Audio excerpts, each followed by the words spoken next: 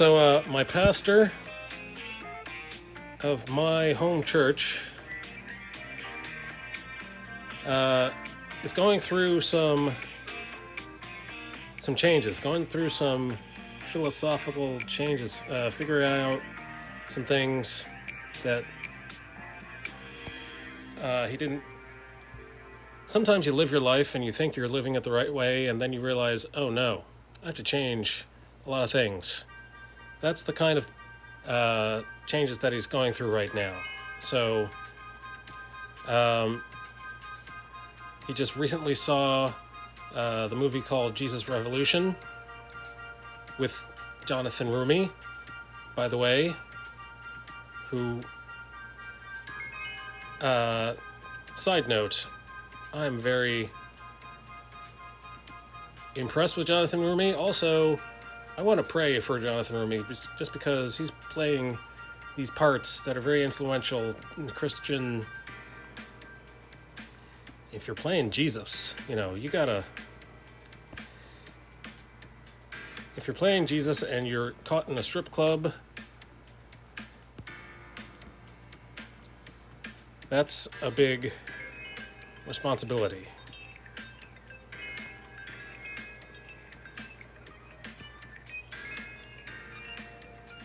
Anyway, to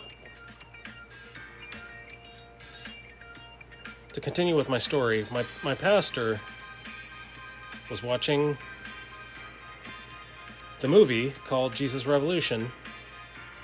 And if you don't know what the gist of it is about, it's about this pastor.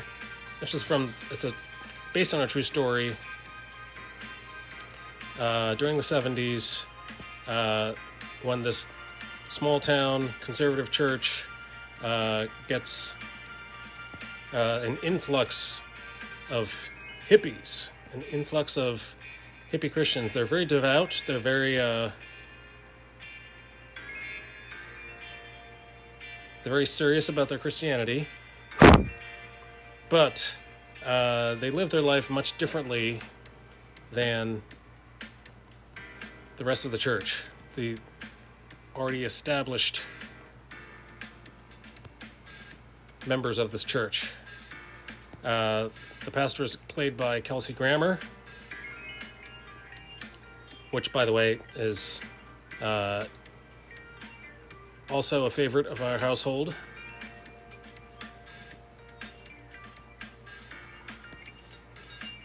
We are fans of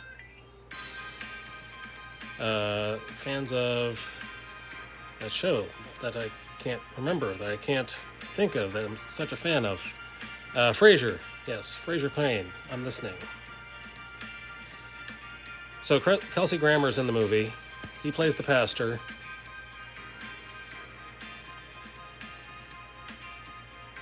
Jonathan Rumi is playing the hippie guy.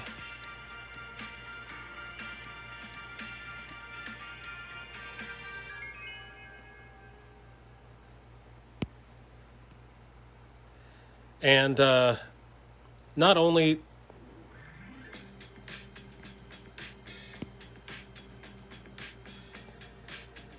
to finish off with how the movie synopsis ends, so they learn how to get along with each other. The conservative Christians learn how to get along with the hippie Christians. Long story short, they start a movement called the Jesus Revolution, and they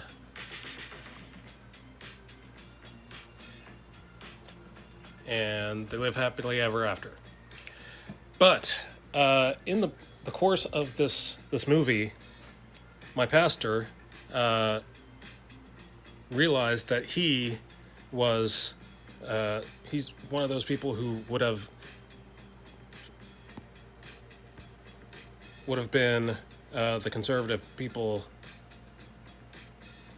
in the church.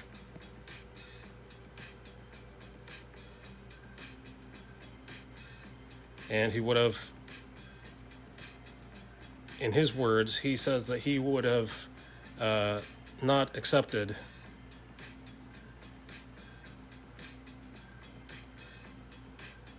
the hippie Christians.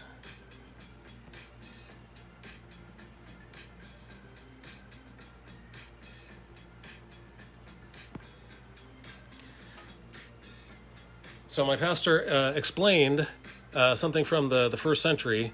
So there were two schools of teaching. There were two houses of teaching. The houses of Shammai and Hillel. And the way I remember them is Hillel starts with the word, is spelled Hillel. Makes me think of the word hi. So hi, very friendly Hillel. And Shammai,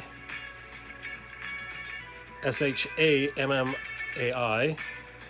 makes me think of shame on you. I'm going to shame you for not following the letter of the law. So the big debate that these two houses had was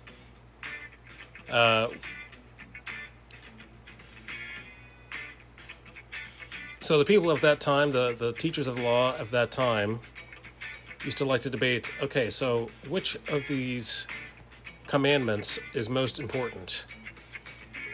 If we were stuck in a corner and we had to choose between two commandments, which ones would we choose?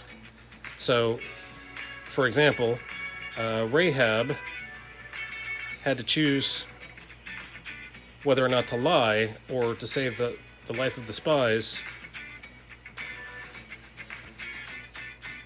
when she was hiding them out in Jericho.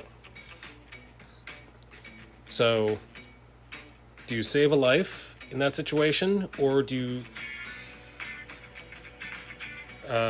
you tell the truth so you don't break that commandment? And I think most of us know what she did. Rahab chose to save the lives of the spies.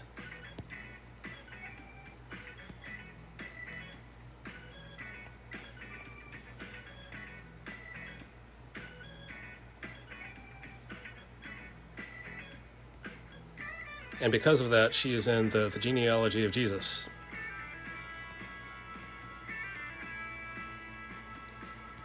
And she was a prostitute.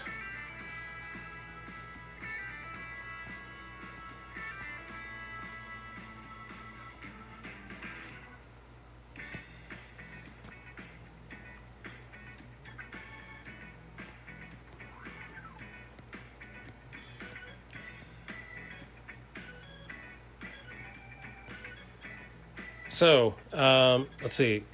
So, back to Hillel and Shammai. They would debate whether or not it was more important to love your neighbor or keep the Sabbath. Let's go to Matthew 22.